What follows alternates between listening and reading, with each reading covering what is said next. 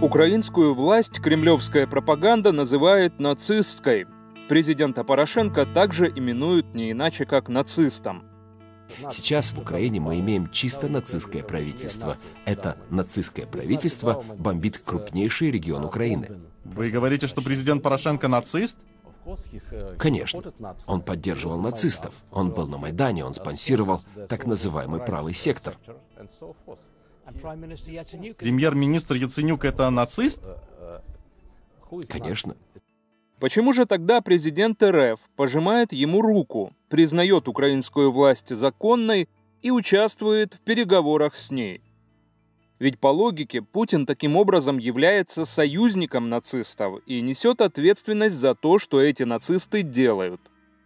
На самом деле российское общество не видит в этом ничего плохого. Оно приучено к подобным противоречиям и считает происходящее оправданным, если в этом заложена выгода.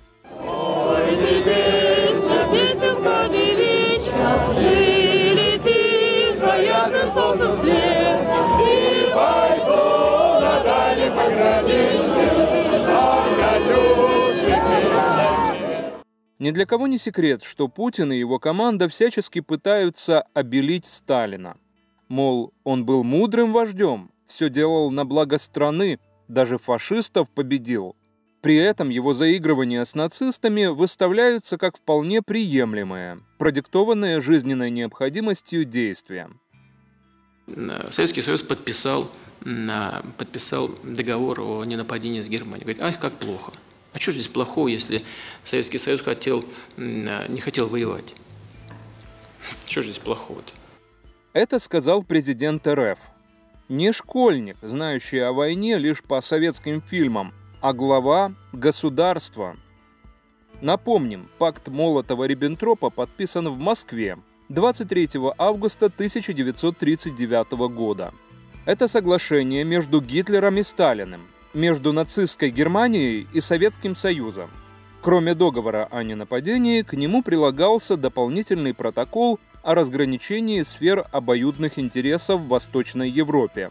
Сталин, Молотов и Риббентроп все решили в один день. Сразу же договорились о Польше. Это государство должно исчезнуть с политической карты мира. Сталин сам провел толстым цветным карандашом линию на карте, 4-й раз поделившую Польшу между соседними державами. Латвия, Эстония, Финляндия, восточные области польского государства и Бессарабия могут быть оккупированы СССР. Литва и запад Польши попадают под контроль Германии. Гитлер был готов на все, ведь Сталин избавил его от страха перед необходимостью вести войну на 2 фронта. Ближе к полуночи все договоренности закрепили в секретном дополнительном протоколе к советско-германскому договору о ненападении от 23 августа 1939 года. Даже немецкие дипломаты были поражены скоростью, с которой образовался Российско-Германский союз. Шуленбург был в растерянности. Он мечтал подготовить пакт о ненападении, который бы укрепил мир. Вместо этого Сталин и Гитлер договорились поделить Европу. Шуленбург обреченно сказал своему личному референту Гансу фон Херварту: «Этот договор приведет нас ко Второй мировой войне и низвергнет Германию в пропасть». И действительно, уже через неделю Германия захватывает положенные ей по соглашению с Советским Союзом земли. Сталин отдал приказ выдвинуться навстречу союзным нацистским войскам в середине сентября 1939 года. В итоге Польша разорвана на части агрессорами. Бессарабия, нынешняя Молдова, также переходят под контроль СССР, а Финляндия в конце того же года принимает удар и оказывает жесточайшее сопротивление. Таким образом, Советский Союз фактически одновременно вступает во Вторую мировую войну в качестве союзника гитлеровской Германии. А теперь снова вернемся к комментарию нынешнего главы РФ относительно московского сговора между Сталиным и Гитлером. Советский Союз подписал договор о ненападении с Германией. Говорит, ах, как плохо. А что здесь плохого, если Советский Союз не хотел воевать? Что здесь плохого-то? Далее Путин вспоминает Мюнхенский сговор 1938 года, когда Британская империя и Франция подписали с Гитлером аналогичный договор. При этом президент РФ утверждает, что соглашение с агрессором неминуемо приводят к войне. В этот момент, это накануне 1938 год, да? Это Мюнхенский сговор, так называемый. Что это такое? Все замалчивают его, между прочим, ваши коллеги в западных странах. Вот Чемберлен, да, приехал, сказал, бумажку потряс, говорит, я привез вам мир, когда вернулся в Лондон после переговоров. На что Черчилль, по-моему, где-то там в узком кругу заявил, ну вот это все, теперь война неизбежна. Потому что соглашательство с агрессором в лице гитлеровской Германии явно вело к будущему крупному военному конфликту. Какой тогда смысл в предыдущих словах Путина о целесообразности подписания Московского пакта Молотова-Риббентропа? Закрадывается мысль, что главный человек Кремля просто не очень образован в данном вопросе. Проще говоря, профан. Но в это верится с трудом. Он же прошел школу КГБ и за время своей политической деятельности имел доступ ко многим засекреченным документам тех времен.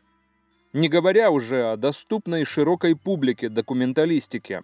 Поэтому здесь Путин явно что-то не договаривает. А забывает он сказать о том, кто привел Адольфа Гитлера и его партию к власти. В 1932 году на внеочередных выборах в Рейхстаг Национал-социалистическая рабочая партия, проще говоря, гитлеровская сила, набрала 33% голосов избирателей, получив 196 мест в парламенте. Социал-демократы и коммунисты заняли второе и третье места, соответственно, получив 121 и 100 мест в Рейхстаге. По отдельности ни одна из этих партий не имела большинства. И в случае, если бы социал-демократы объединились с коммунистами, это означало бы кончину гитлеровской партии. Ближайший соратник Гитлера Йозеф Геббельс в своем дневнике писал, что будущий диктатор собирается покончить жизнь самоубийством. Он набрал под эти выборы огромное количество долговых обязательств и уже готов был смириться с поражением. И в этой ситуации спасательный круг нацистам бросил товарищ Сталин. По его распоряжению немецкие коммунисты сформировали с гитлеровцами коалицию, таким образом отдав всю полноту власти Адольфу Гитлеру. Таким образом, Сталин сам создал предпосылки для убийства десятков миллионов его же соотечественников. Послевоенный голод, количество инвалидов, отношение к ним, экономический ущерб лишь усугубляют вину Сталина. И после этого с размахом отмечается 70-летие Победы, а среди героев называется имя Сталина. Без него никак. Он ведь даже звание маршала себе присвоил после Сталинградской переломной битвы. Ему не было стыдно за свое злодеяние, как не стыдно его последователю говорить о том, что и без украинцев Россия одержала бы победу. Мы вряд ли бы в этой войне победили, если бы были бы разными государствами. Я позволю с вами не согласиться, когда вы сейчас сказали, что если бы мы были разделены, мы не победили бы в войне. Мы все равно бы победили. Потому что мы страна победителей. И более того, вот под тем, что я сказал, есть определенное основание.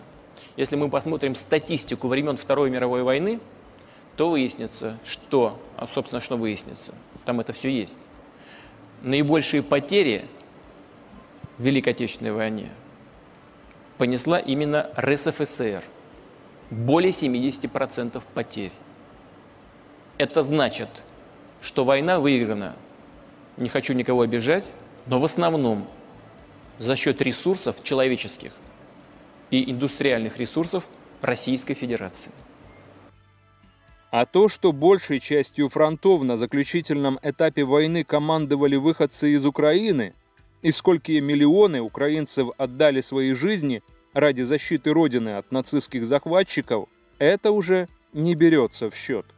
Такова ныне партийная линия Кремля. Украинцы – пособники нацистов, Сталин – великий полководец и отец народов, Путин – президент мира.